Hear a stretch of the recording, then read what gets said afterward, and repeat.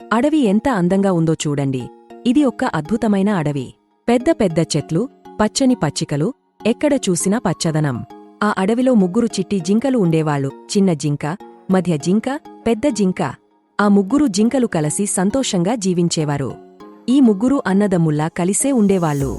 చిన్న జింక చలాకీగా, హుషారుగా, ఎప్పుడూ ఆడుకుంటూ ఉండేది.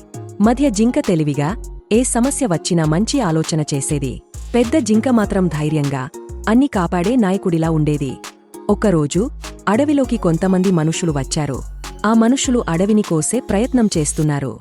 జింకలు భయంతో ఒక్కసారి నిలిచిపోయాయి. చిన్న జింక భయంతో కంపించిపోయింది. మన అడవి పోతుందా? మనమిక ఎక్కడికి వెళ్దాం? అంది. మధ్య జింక ఆలోచనలో పడిపోయింది. ఒక్క మార్గముంది, తెలివిగా ఆలోచించాలి. ఏం జరిగినా మనం కాపాడుదాం. పెద్ద జింక ముందుకు వచ్చి గట్టిగా అంది. మన అడవి మన ఇంటి లాంటిది. మన అడవిని మనమే కాపాడాలి. మనం జంతువులం కాని మన హక్కులు ఉన్నాయి. మనం కలసి పోరాడుదాం. మనం ఏకమైతే మనుషుల్ని వెనక్కు తిప్పగలిగేస్తాం. మూడు జింకలు కలిసి ఒక మంచి ప్రణాళిక చేశాయి. అడవిలోని మిగతా జంతువులందర్నీ కలుపుకుందాం అనుకున్నారు. అందరూ కలిస్తే మనం ఎక్కువ శక్తివంతంగా మారతాం అని నిర్ణయించుకున్నారు. చిన్న జింక కోతుల దగ్గరకు వెళ్ళింది.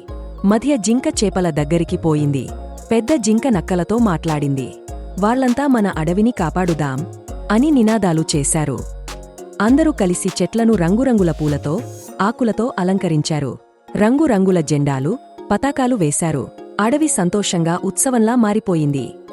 చెట్లు కోసేందుకు వచ్చిన మనుషులు అడవిలో ఆ అందాన్ని చూసి ఆశ్చర్యపోయారు. అంత అందమైన, పూలతో అలంకరించిన అడవి చూసి వాళ్ల మనసు తళతళ మెరిసింది. పెద్ద జింక ముందుకు వచ్చి మనుషులను చూసి అంది, దయచేసి మా అడవిని ధ్వంసం చెయ్యకండి. ఇది మా జీవనాధారం.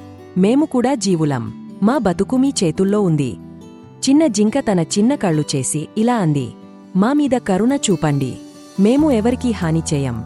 మమ్మల్ని బతకనివ్వండి. అడవి లేకపోతే మేము బతకలేము. మధ్య జింక అంది, మీకు అడవిలో మేం సహాయపడతాం.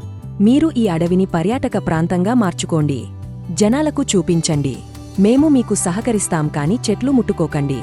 మనుషుల హృదయం మృదువైంది. జింకల మాటలు విన్నాక తమ మనసు మారిపోయింది. వారు అడవిని వదిలేసి అక్కడకు పర్యాటక మార్గాలు ఏర్పాటు చేయాలని నిర్ణయించుకున్నారు. మేము ఇక మీ అడవిని నాశనం చేయం అని వాగ్దానం చేశారు. అందరూ ఆనందంతో హర్షధ్వానాలు చేశారు. జింకలు చాలా సంతోషపడ్డాయి. మూడు జింకలు కలసి పరిగెత్తుకుంటూ, ఆనందంగా ఆడుకుంటూ అడవి నడుమ సంబరంగా తిరిగాయి. ఆకాశంలో పక్షులు, నేలమీద పూలు, ప్రకృతి అంతా పరవశమైంది.